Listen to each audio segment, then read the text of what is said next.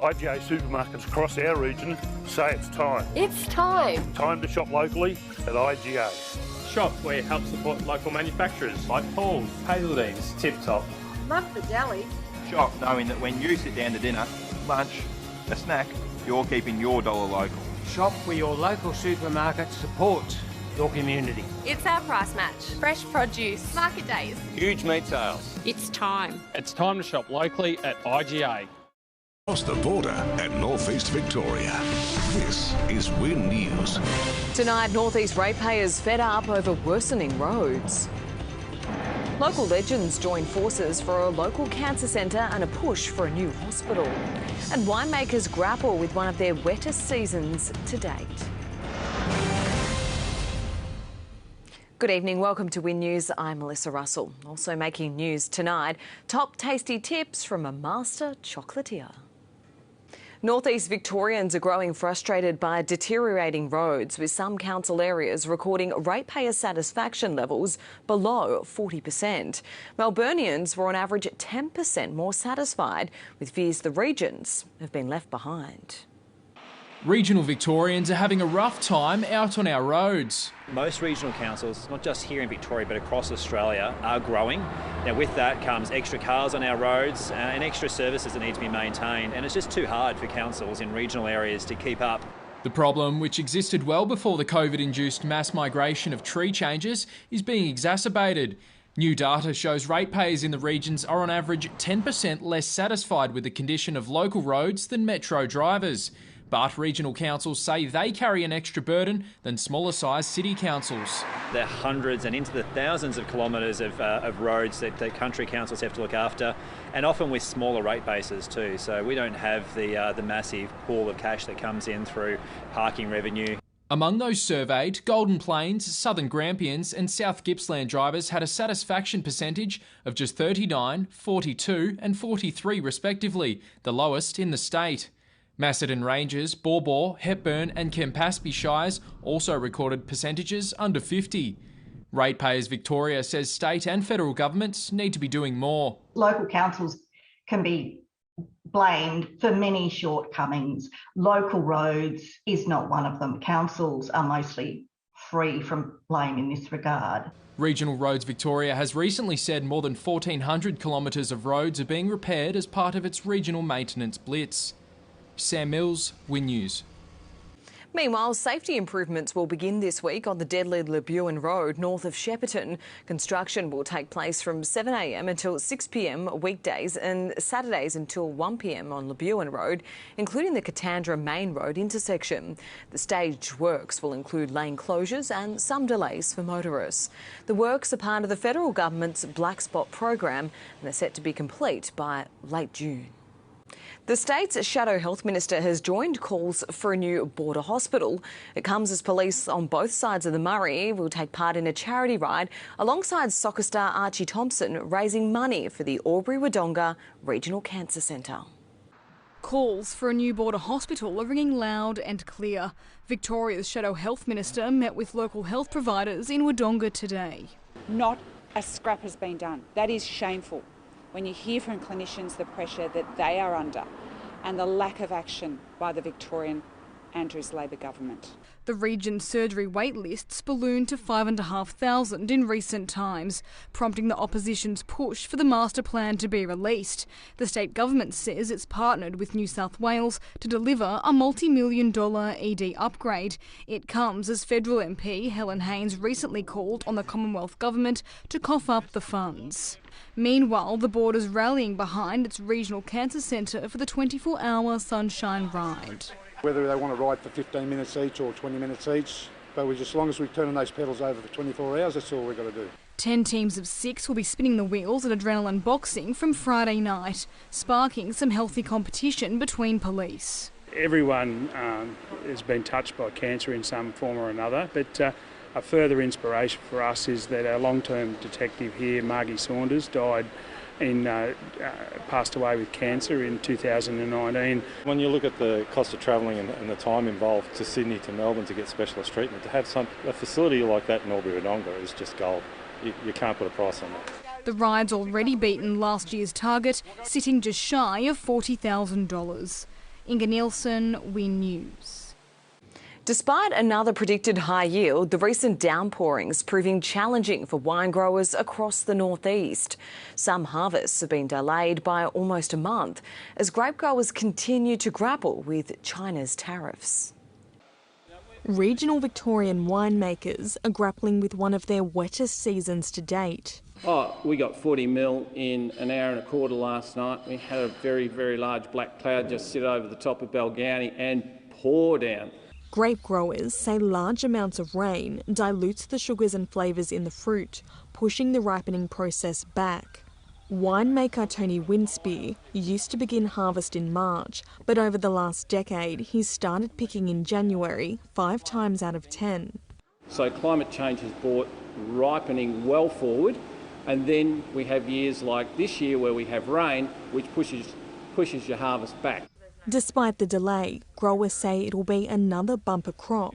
We've had some nice cool weather, really had no heat spikes, so therefore the grapes are in really good condition.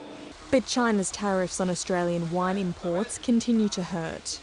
There's pressure on small growers in particular. Large companies are more easily able to cope with it, but yeah, it's going to be a difficult 12 months for the industry. They're hoping ties with other nations can be strengthened and are encouraging people to buy local. Everyone's really supported by local, and it is just so important for us small producers. Grace Aiken, Win News. A horsebreaker who captures and trains brumbies in Victoria's high country has been forced to stop amid low numbers after culling operations. But researchers say eradication in national parks is the best option for the environment. Following culling operations, Lewis Benedetti's noticed an increase in other feral animals he says feeds off brumby carcasses. I've been riding up in there most of my life, and within the last 2 years, the pigs have started to come over the New South Wales border. Others say there's a problem with culling programs for all feral animals, like deer. So we're actually creating another problem by feeding wild dogs with the deer situation. So it just all compounds. In many ways, it's quite a mess up there. Lewis, who captures and trains young brumbies, says population numbers are low. Hours away from civilisation and you won't see a horse. He stopped capturing the brumbies out of fear they'll disappear and says rehoming techniques should be considered. You can quite easily wipe out a population of horses by taking the young stock out because the older horses don't live forever. But researchers say eradication in national parks is the best option for waterways and the environment. You can't have 40 to 50 million years of evolution in isolation, everything else, and then suddenly put a large animal up to 400-500 kilo hard-hoofed animal in very soft ground. Parks Victoria says there are large numbers of feral horses in the alpine area and the damage they cause is evident, and the most humane feral horse management techniques have been selected. Jack Morgan, Win News. Aged care providers are on tenterhooks as a new coronavirus subvariant threatens to disrupt daily operations. The sector's on the mend, welcoming back visitors and staff, but there are fears it'll be short-lived if restrictions return. A month ago, aged care was in crisis. We had a dreadful time in December, January and February, but March has been much better for the aged care sector with so many cases diminishing. Homes were grappling with severe staff shortages, calling in the ADF for backup. They brought such a breath of fresh air. That extra assistance, that extra hands-on assistance has been great. Workers and visitors have finally returned. A month ago, new visitation guidelines were rolled out across the country to bring some sense of normality to the chaos. It's such a great relief. It's been a really terrible 2 years, and we pray and hope that this will be over soon. But it may not be the end of troubles for the sector just yet. The new subvariant threatening to increase case numbers in the coming weeks. Any change to a variant or any change to an infection is of concern. People are on tenterhooks, very worried about keeping older people safe. Also worried that restrictions on visitors may tighten again if case numbers do rise. Look, we're hoping that we won't. It's so important for people to see their loved ones, to have visitors, friends and family, come and see them when we know that's critical for their mental health and also just their general well-being. In a statement, the Minister for Aged Care Services said the government welcomed new advice that suggested visitors should not be restricted during an outbreak and that each resident should have access to one essential visitor at all times, adding the new guidance allows staff to work if they've been exposed to COVID and test negative. But the sector is still calling for more to be done. The aged care sector has been chronically underfunded and understaffed for a long time. And that's something I know that we're focused on, and certainly we're asking the government to focus on as well. Cass Rogan, Win News. A new $4.26 million workshop is being constructed at Albury's Nexus Industrial Estate as the area experiences a business boom. The company, Easy Sheds, will move into the new site in September and the latest of several businesses to shift into the estate. It comes just days after a $45 million plastic bottle recycling plant was officially opened. Greater Shepparton Lighthouse Projects appointed a new CEO. Lyndon Galea will lead the project, which works to improve education and employment opportunities and outcomes for disadvantaged young people. I really believe that the best solutions come from the community themselves, and if we can hear the ideas of where that support is needed, where help is best placed, which groups can help, then we can create ideas or models or I guess programs around that. Lyndon replaces outgoing CEO Lisa McKenzie. Police are calling for public assistance to help identify two men in relation to an armed robbery at Kyala's Peppermill Inn late last year. The masked men, armed with a knife, entered the inn on Thursday, December 9, just before midnight and demanded cash. The pair then left the area in a blue-coloured sedan and headed north from the venue. Anyone with any information is urged to contact police. Coming up next on Win News at Border Northeast, how you can step back in time and learn about long-lost trades.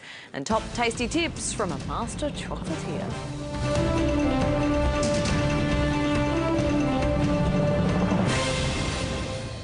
Albury's up-and-coming chefs have been given a taste of creating some of the world's best chocolate. A masterclass run by a multi-award-winning French chocolatier, apprentices learnt the art of hand-making the delicious dessert just in time for Easter. Easter's just a month away and Albury's up-and-coming chefs are getting a head start. Today, 12 apprentices at TAFE New South Wales feasted their eyes on some delicious creations under the watchful gaze of a world-renowned chocolatier. Chocolate is the subject of the day. Chocolate is a skill that people love learning, however don't necessarily have the opportunity to learn in their workplaces. Students are completing a Certificate 3 in commercial cookery or baking trades. All are working at local restaurants, cafes and bakeries. The French chefs travelling around the region with a mission to inspire future generations. I've been able to share this knowledge that I have learned overseas and in Australia to service our young people here, so that's great and I'm very privileged. It's hoped the students will utilise these new chocolate making skills in both local businesses and around the world. They're really enjoying having his skills here today, and it's a wonderful attribute of that to be able to bring those skills to the Albury region. I want to travel to build upon my skills and hopefully return and improve upon the industry we have grown in here in Albury. Students will undertake another masterclass next month in bread making. Inga Nielsen, Win News. Tens of thousands of people are tipped to make their way to central Victoria for the return of the Lost Trades Fair. With more than 150 artisans from across Australia, the two-day event celebrates ancient crafts and past trades. From gunpowder to watercolours, artist Sarah Wallace-Smith integrates various materials into her art. Living on a farm, we're north of Bendigo, so quite often you just have to use what you've got. She's one of more than 150 artisans who'll be showcasing their crafts this weekend at the Lost Trades Fair. Ready to share knowledge and skills, traditional makers will arrive in Bendigo from across Australia. Oh, there's nothing like it. There's just nothing like it in Australia. Celebrating rare trades, arts and heritage crafts, the Lost Trades Fair will be back at the Bendigo Racecourse for the first time since 2020. Featuring a plethora of trades, including toolmaking and goldsmiths, organisers say there's something for everyone. The fair showcases artisans from across all trades, so it's not just metal. It's not just stone and clay or leather or wood. It's across decorative arts and fine arts. The event also provides an opportunity for people to connect with other like-minded creatives. More than 150,000 people have attended the Lost Trades Fair since it began 8 years ago. Organisers hope this weekend more people will feel inspired to support Australian artisans. And I think more than ever today, that's hugely important. Grace Aiken, Win News. The federal courts ruled the Environment Minister has no duty of care to protect kids from climate change, overturning a decision. It comes amid fears a multi-million-dollar package for environmental reform will pare back protections. Splashing the cash to remove lengthy development roadblocks. Those delays add significantly to cost, and from my perspective as Environment Minister, they do nothing for the environment. Our members have the ability to invest and not invest and then wait on the sidelines for 5 years. Susan Lee revealing a major reforms package in Mackay, firmly in mining territory where the Coalition's George Christensen will soon exit as MP. It's designed to ditch duplications between the state and Commonwealth approvals to slash delays. Now, those delays weren't the responsibility always of departmental officials. They were the nature of the system itself. And put 10 new regional plans in the works, along with $10 million to progress a single-touch approvals process, giving states and territories more decision-making power. Because when we do that well, we know also that we add to ecologically sustainable development. No one is taking shortcuts around what those environmental needs are and how they are protected. The Shadow Minister says the announcement's little more than an admission prior funding cuts have hurt industry, while others worry it streamlines the approvals process at the expense of protections. Extinction crisis has gotten worse and worse. We've seen land clearing rates skyrocket in the time that this minister's been in office. So actions speak an awful lot louder than words. It's very hard to have any confidence in what's been announced today.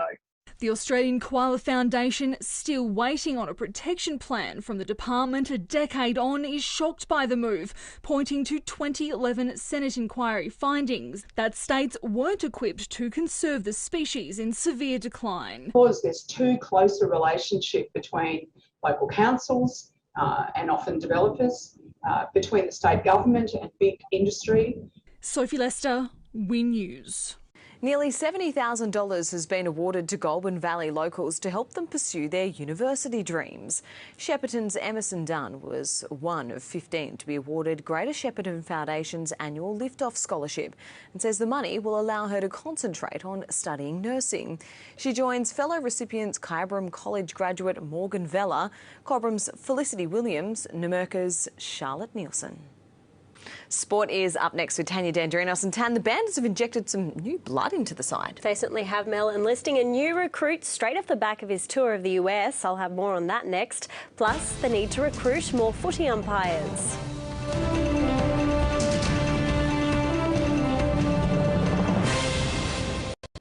The Albury-Wodonga Bandits have recruited one of the final pieces of the puzzle for their men's side. 24-year-old Kieran Haywood launched his basketball career in Sydney before spending 6 years in the US, where he played college basketball in California and broke into the G League for South Dakota. To learn a lot of stuff, meet a lot of good people, and you know, the atmosphere and everything's just different over there. I don't know how to explain it, but it was good fun, but I think it was definitely time to come home. The team's gearing up for its first pre-season game against the Keilor Thunder on Saturday. Country footy leagues are facing a severe shortage of umpires with local seasons less than a month away. Some leagues are calling on senior players to put their hand up and officiate at underage levels. Otherwise, existing umpires may need to control up to 4 matches a weekend. The AFL has previously said there's a shortage of around 6,000 field, goal and boundary umpires across the country.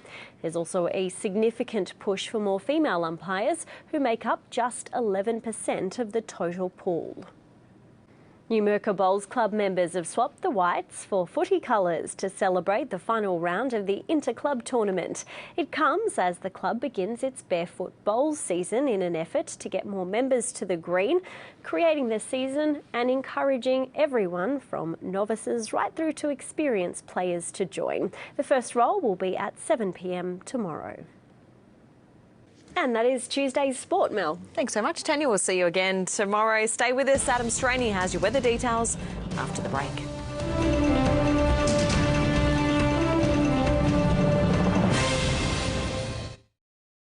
It's the place with more in store. The Village has it all. Get the things that you want, anything that you need. Get it here at Stripe Village. You get it all together. G'day, welcome back. Adam Straney with you. Partly cloudy right across the region with overnight showers in the southern parts lingering throughout the day. It's almost time. There's a nip in the air and soon there'll be plenty of people where Beverly from Benalla is at her peak. Get it? At her peak. At the top of Mount Hotham. Oh, there'll be plenty of people at Hotham, though, enjoying those hills.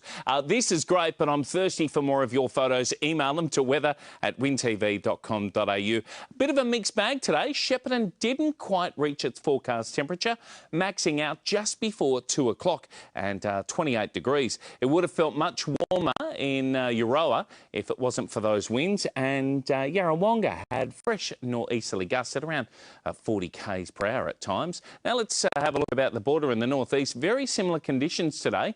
Corryong was one of the chilliest places to be this morning, 13 degrees, although a couple of degrees above the average. Thunderstorms are still possible right across the districts this evening. Now on our charts there's a high that's established over the southern Tasman, while a broad low pressure trough to the west moves eastwards towards Victoria. As we look ahead, a cold front crossing the Bight will link with the trough early on Thursday morning as another high follows on Friday.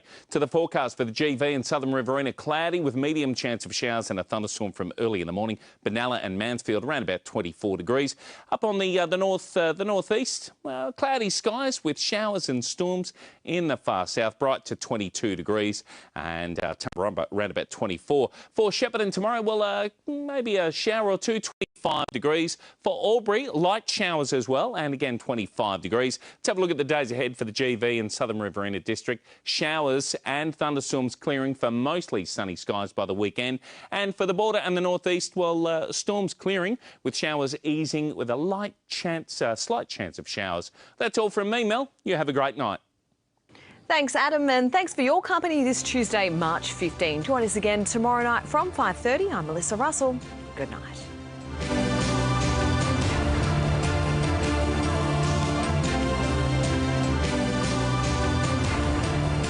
This has been a Win News presentation. Win News, Regional Australia's #1 news source.